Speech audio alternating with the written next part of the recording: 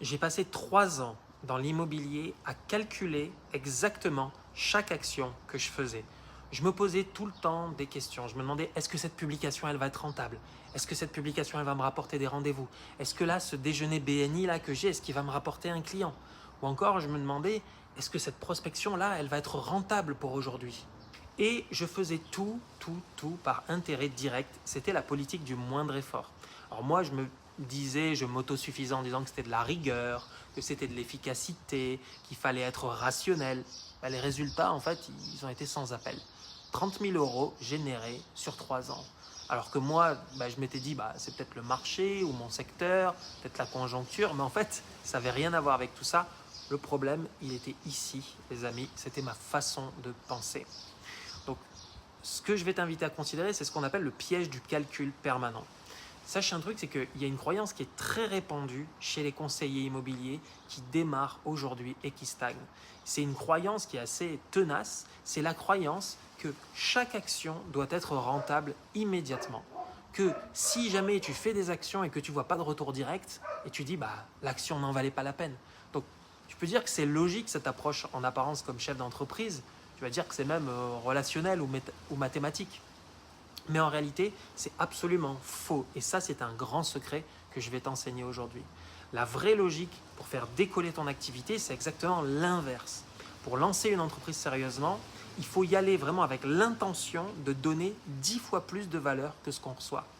Il faut vraiment investir massivement ton temps, ton énergie, ton talent et ton argent, et tout ça sans compter. Ok? Donc ce n'est pas histoire d'être naïf ou de la générosité désintéressée, c'est juste comprendre qu'en réalité, c'est la seule façon de créer ce qu'on appelle un effet cumulé qui finit par tout changer dans ton activité. Tant que tu continues de calculer les efforts que tu donnes, eh ben en fait, tu vas semer beaucoup trop peu et du coup, tu vas récolter encore moins. Je vais te raconter un truc. Fin 2018, ma femme, elle m'a dit une chose qui était vraiment simple, directe, honnête. Elle me dit, c'est pas compliqué, JP, soit tu te développes vraiment, soit tu redeviens salarié. Et cette phrase pour moi, vraiment j'étais presque anéanti avec cette phrase, mais au moins elle a tout changé. Donc du jour au lendemain, ce qui s'est passé, c'est que j'ai arrêté de calculer. C'est là où je me suis mis à prospecter massivement, 20 à 25 heures par semaine de prospection pure. Donc là, on ne parle pas juste des relances clients ou de suivi, on parle de vraie prospection, avec des nouvelles personnes à rencontrer, des nouvelles rues, des nouvelles portes à aller toquer. Donc oui, c'était fatigant, mais ça fonctionne. C'est-à-dire qu'en 12 mois, je passais la barre des 100 000 euros de chiffre d'affaires à l'année. Mais voilà ce que personne ne te dit sur cette phase. Quand tu commences à atteindre 100 000 euros, eh bien, tu ne peux plus prospecter comme au démarrage à 20 ou 25 heures par semaine. C'est tout simplement la raison elle est simple, c'est que du coup, tu vas avoir des ventes à gérer, tu vas avoir des dossiers à suivre, tu vas avoir des clients aussi à accompagner.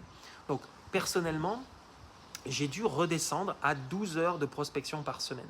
Pourquoi aussi? Parce que l'effet cumulé était enclenché et que la machine commençait à tourner.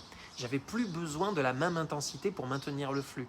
Mais pour en arriver là, il a fallu passer par la phase d'investissement massif. Et ce, sans calculer, sans attendre de retour immédiat. Juste donner de la valeur aux gens qui nous entourent, à nos prospects, aux gens qui habitent le secteur, etc. Ensuite, passer de 100 à 150 000, eh bien, en fait, contrairement à ce qu'on pourrait penser, ça ne se fait pas en prospectant plus. En réalité, ça se fait en s'organisant mieux et aussi en pensant différemment son activité. Donc, je vais te donner 3 dimensions concrètes. D'abord, les process.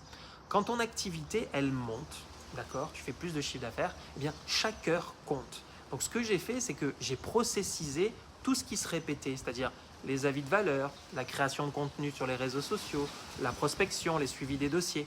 Donc le but de tout ça, ce n'était pas de faire moins bien les choses, mais c'était de faire tout aussi bien, mais en 2 fois moins de temps. En 2, il y a ce que j'appelle le rendez-vous avec soi-même.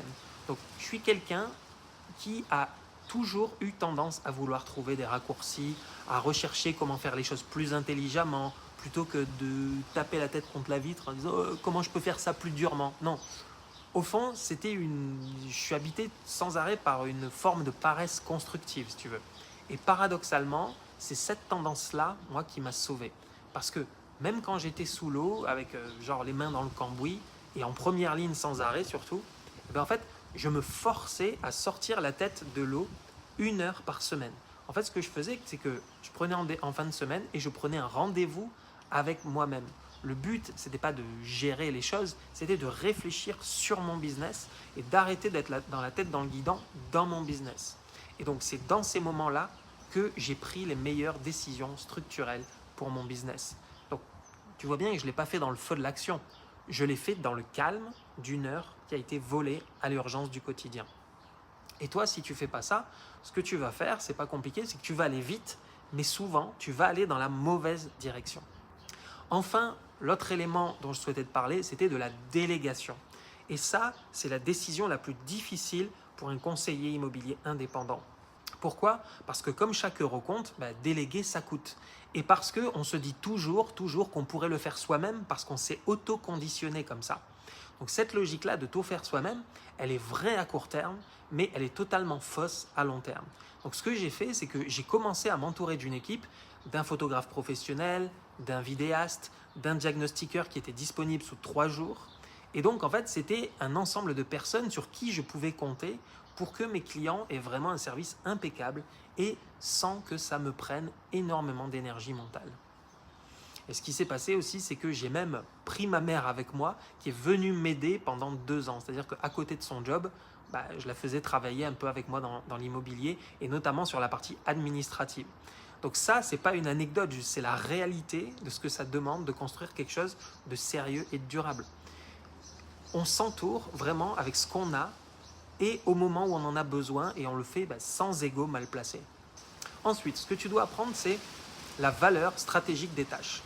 À partir du moment où j'ai commencé à m'organiser sérieusement, j'ai compris une chose de fondamentale, c'est que toutes les tâches ne se valent pas. Certaines de tes tâches valent 3 sur 10 d'un point de vue stratégique pour ton entreprise et d'autres 10 sur 10. Celles à 3 sur 10, en fait, elles vont te donner l'illusion d'être occupé. Elles sont importantes, elles sont nécessaires, mais ce n'est pas celles qui vont faire croître ton activité. Alors que d'autres valent 8 sur 10 à 10 sur 10. Et ça, ce sont les tâches qui créent directement de la valeur pour ton business. Un R1, une négociation de biens bien conduite, une relation client qui génère des recommandations. La discipline que j'ai développée, c'est vraiment de m'atteler uniquement aux tâches à forte valeur ajoutée. Et tout le reste, délégation. Et je le faisais même quand c'était inconfortable. C'est-à-dire que même quand je me disais, ça, je pourrais le faire moi-même. Les résultats concrets, ils ont été sans appel. C'est-à-dire 150 000 € par an générés et le tout en travaillant moins de 35 heures par semaine pour gagner 5 000 € net par mois, tout simplement. Donc ce n'est pas une histoire de chance comme tu l'as vu, c'est vraiment le fruit d'une organisation calibrée et délibérée. Ensuite, le petit bonus que j'ai envie de te donner, c'est le fait de se faire accompagner soi-même. Il y a quelque chose que je vais te dire maintenant et que je dis rarement aussi clairement.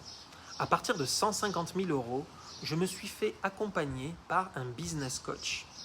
Alors, comme tu peux t'en douter, ce n'est pas spécialement que je me sentais perdu, c'était parce que je voulais passer au niveau suivant et que je savais que je ne pouvais pas le faire seul.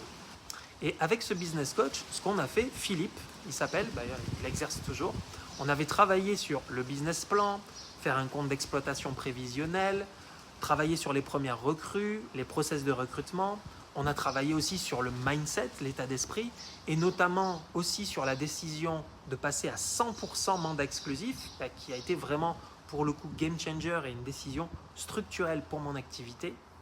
Et pourquoi est-ce que je te dis ça? Je te dis ça parce que c'est cohérent avec ce que je construis chez Valeur Ajoutée. Moi, ce que je te propose chez Valeur Ajoutée, dans le réseau Valeur Ajoutée, c'est que je vends en fait aussi de l'accompagnement. Et moi-même, j'en ai eu besoin pour progresser à plein de moments stratégiques de ma carrière. Les meilleurs, sache un truc, ils ne travaillent pas seuls. Les meilleurs, ils se font coacher.